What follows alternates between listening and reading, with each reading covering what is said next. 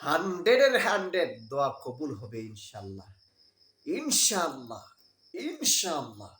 আপনি যদি এইভাবে আমলটা করতে পারেন, অনেকের আছে খুব বিপদগ্রস্ত, ঋণগ্রস্ত, হতাশা হয়ে যাচ্ছেন। কি করব না করব, কিং কর্তব্য বিমূঢ় হয়ে যাচ্ছেন।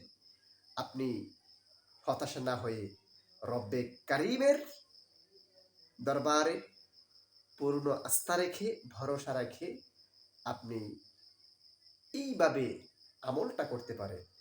ইনশাল্লাহ আপনার সমস্ত হতাশা আপনার দূর হয়ে যাবে। সেটি কিভাবে? সে আমলটি হচ্ছে আপনার এশার নামাজের পর 100 বার দরুদ শরীফ পাঠ করবেন।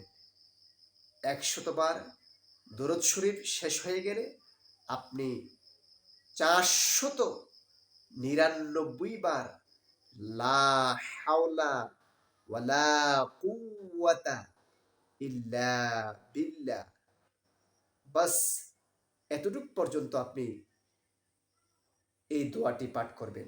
499 বার লা হাওলা ওয়ালা কুওয়াতা ইল্লা বিল্লাহ, এতটুক পর্যন্ত আপনি 499 বার এই দোয়াটি পাঠ করবেন। 500 বারের মাথায় অর্থাৎ সর্বশেষ একবার আপনি পাঠ করবেন লা হাওলা ওয়ালা কুওয়াতা ইল্লা বিল্লাহিল আলিয়্যিল আযীম।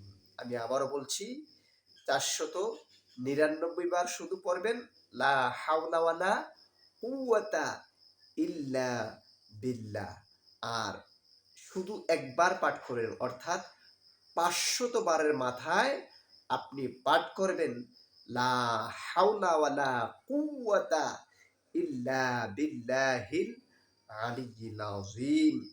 সর্বশেষে আবার আপনি 100 বার দরুদ শরীফ পাঠ করবেন। 100 বার দরুদ শরীফ পাঠ যখন আপনার শেষ হয়ে যাবে, আপনি একদম নম্র ভদ্র আদব রক্ষা করে দুইটা হাত রব্বে কারিমের দরবারে বাড়ায় দিবেন।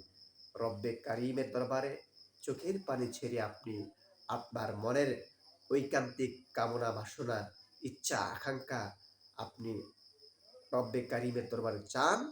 আপনি ঋণগ্রস্ত, আপনি হতাশাগ্রস্ত, আপনি বিপদের মধ্যে আছেন, এগুলো সব আল্লাহ পাক রাব্বুল আলামিন আপনার দোয়া কবুল করে আপনাকে উদ্ধার করে দিবেন।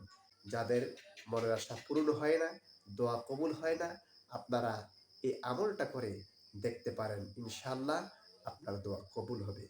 আসসালামু আলাইকুম ওয়া রাহমাতুল্লাহি ওয়া বারাকাতুহু।